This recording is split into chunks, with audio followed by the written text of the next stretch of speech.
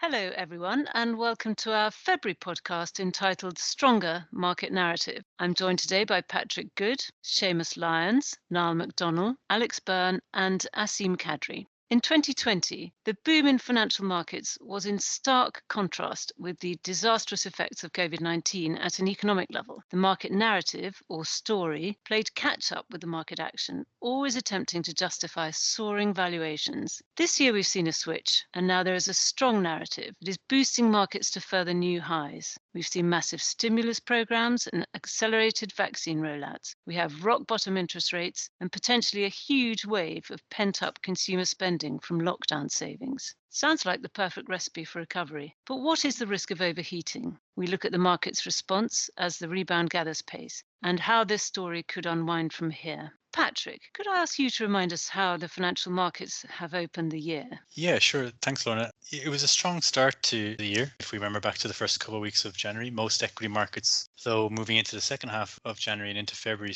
began to give back some of their returns as January began to come to a close, and certainly as we moved into February. At the end of January, developed market equities ended the month down by about 1%, and I guess rather positively, we saw emerging markets significantly outperforming, ending January up almost 3%. You referenced the rollout of vaccinations, and in addition to that, there has been lots of discussions around further fiscal and monetary stimulus, which has helped markets to really look forward or look ahead of some of the immediate risks that are presenting themselves in the market today. Certainly, the actions or the results of the Democratic sweep in the US has been incredibly positive, especially for US stimulus stories as well. But it's hard to look past some of the risks that are brewing beyond these positive headlines, and certainly many of the structural risks that existed throughout 2020 still exist moving into 2021. And while markets are focused on the positive news from fiscal and monetary stimulus and vaccination rollouts, these risks definitely feel like they're being papered over with the discussions around fiscal and monetary stimulus. That's interesting. You mentioned the US markets there, and Seamus, the US equity markets have made further new highs, and the NASDAQ again has been leading the charge. Yes, Lorna. So, yeah, after a weak patch in late January, US markets are rallying once again. So, the main indices, the S&P 500, the Nasdaq,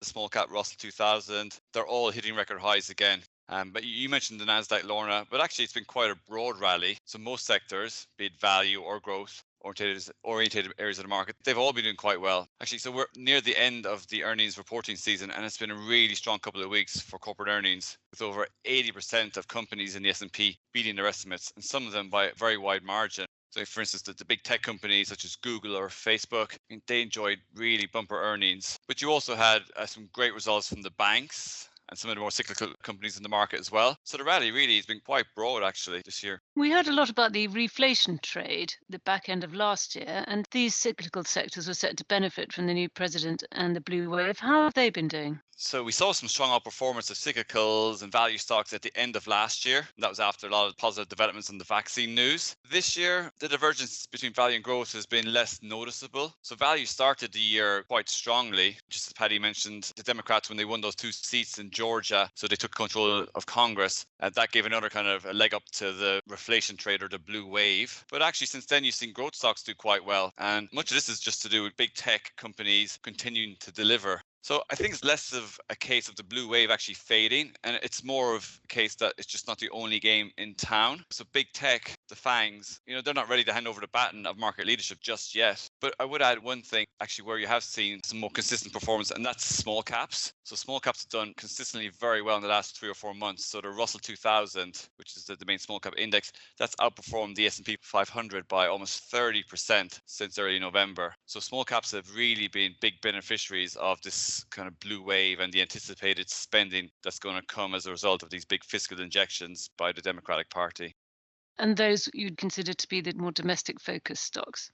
Definitely. I mean, so small caps are often used as a barometer or as a good proxy for the more domestically focused companies within the market. Yeah, for sure.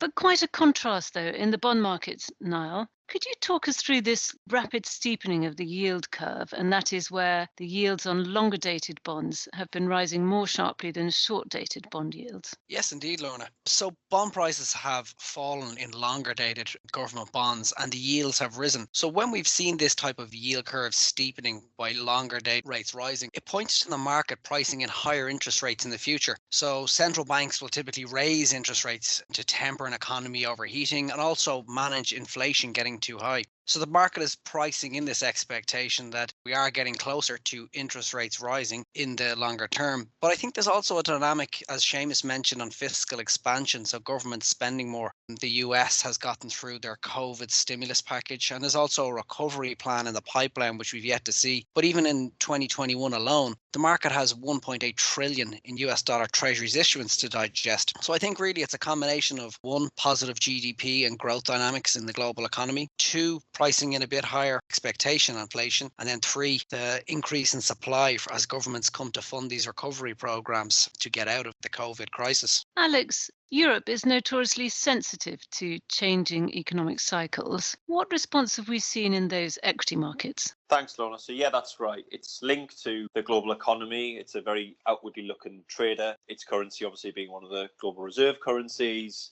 and also just the makeup of the main market indices being a bit more cyclically tilted means that it is typically one that reacts quite suddenly or at the brunt end of these economic cycles.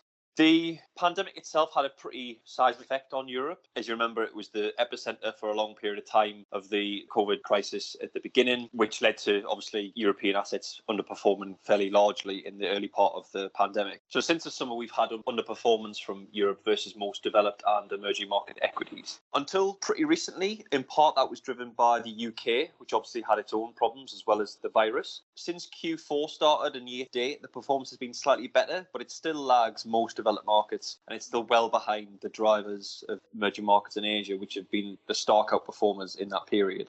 The other factor which you've got to consider is the level of stimulus that Europe's been able to deploy versus the US, the UK, China. They've been able to put in stimulus fairly quickly and in large amounts. Although Europe was able to do that through individual countries increasing their monetary policy stimulus, a large part came through the EU as well, and that's only recently been signed off, which means that the effects will take much longer to come through. So they're well behind other markets on that. So that combined with the vaccine strategy not going too well means that the outcomes of Europe are pretty finely balanced, which kind of explains why the performance hasn't been as strong. And did we not then see this expected outperformance of value sectors versus growth? Was that inhibited by these factors that you're saying there? It was, yeah. So all through the summer, the value performance was behind that of growth very significantly. It was only really in November when we had that quite sharp inflection that value actually caught up. But to this point in time, from the initial downset that we had, value and growth are at fairly similar levels. So November, you can see there was a real big catch-up. Over the vast amount of time, growth has continued to outperform. So not much to choose between them there. Asim, if we can turn to China, it was the only major economy to show positive growth last year, covered early from its COVID-19 lockdowns. The Chinese economy is once more sucking in industrial metals and, of course, commodities such as oil and foodstuffs.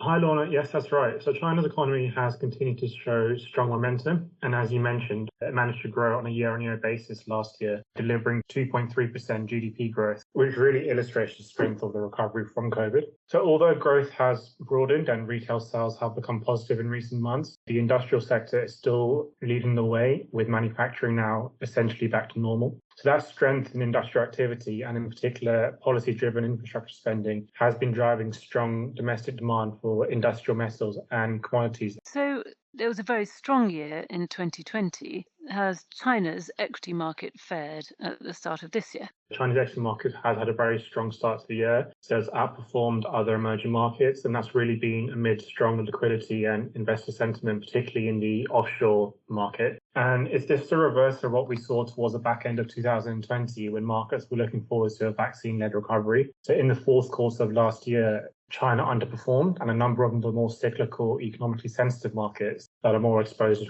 to commodities and were more impacted by COVID, they outperformed after a difficult year up to that point. However, as similar to what we've seen in the US, the performance trends we've seen this year has really been a continuation of what we saw for the majority of last year. So a small subset of mega cap tech names really driving returns in China. And really valuations in these technology companies do definitely look stretched now. And that's led to some concerns over asset bubbles, which did lead the People's Bank of China to tighten financial conditions a couple of weeks ago. And that resulted in a sharp sell-off in Chinese equity markets towards the back end of January. Yes, indeed. Now that brings us on to the role of central banks, which despite all this fiscal or government stimulus, is still pivotal. Seamus, if the US economy really does rebound as strongly as potentially it could, will the Federal Reserve be able to maintain its promise of stable interest rates until 2022? Yes, so this is a really interesting topic. So let's not forget that the job of the Fed was once described as taking away the punch bowl just as the party gets started. In this particular recovery, I sense they might just let the party go on for a little bit longer than usual. They certainly want to avoid another taper tantrum like we had a number of years back, and I think they'll tolerate a little bit more overheating than they probably would have done in the past. So they're also adopting a more flexible approach to inflation targeting, and that gives them more scope for inaction or delaying any tightening of monetary policy as well. So the lower for longer interest rate policy could well continue into any rebound. Yes, I think so. I mean, what's part of their dual mandate is to target inflation and keep it under control. The other objective is full employment for the economy. So we're hearing a lot of different views about what kind of recovery we're going to experience. Is it going to be K-shaped, V-shaped, etc.? But one thing for sure is that the US labor market shrank significantly in 2020, and the unemployment rate now is still almost double what it was in February of last year. So the Fed's going to remain very focused on doing all it can to ensure that this rate continues to fall and for it to get back below 4%. And if this means being lower for longer, then I think the Fed will stay the course. Yes, thank you for that. Patrick, could I ask you then to summarise our discussion today? Yeah, I think today's discussion reminds us of two important things. First, governments and central banks are fully committed and remain fully committed to supporting economies with large fiscal stimulus and effective monetary policy conditions that have been largely echoed by, as Seamus alluded to, the US Fed, but also many of the other G4 central banks, which will give investors reason to be optimistic. Second, January showed us that COVID still remains a risk. New highly infectious strains and the risk that existing vaccines might be less effective against some mutations reminds us that the bridge to the post-COVID world might be longer than we all wish for. So after a strong run in risky assets at the start of January and a recent pause for breath at the end of January and into the start of February, staying cautiously optimistic seems like a sensible position in most portfolios during this still challenging period for investing. Thank you all very much indeed. Thanks, Lorna. Thanks, Thanks, Lorna.